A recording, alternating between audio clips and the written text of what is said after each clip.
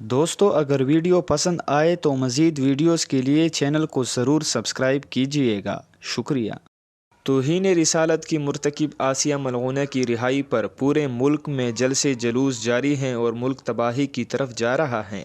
عمران خان خود چائنا کے دورے پر ہیں اور ادھر پاکستان میں حالات انتہائی کشیدہ ہو رہے ہیں۔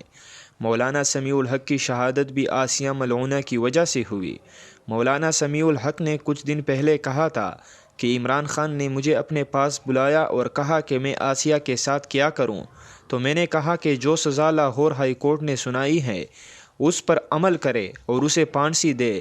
تو عمران خان نے جواب دیا کہ مجھ پر سخت بیرونی دباؤ ہیں اور اسی دباؤ کے نتیجے میں آسیہ کو رہا کر دیا گیا ہے۔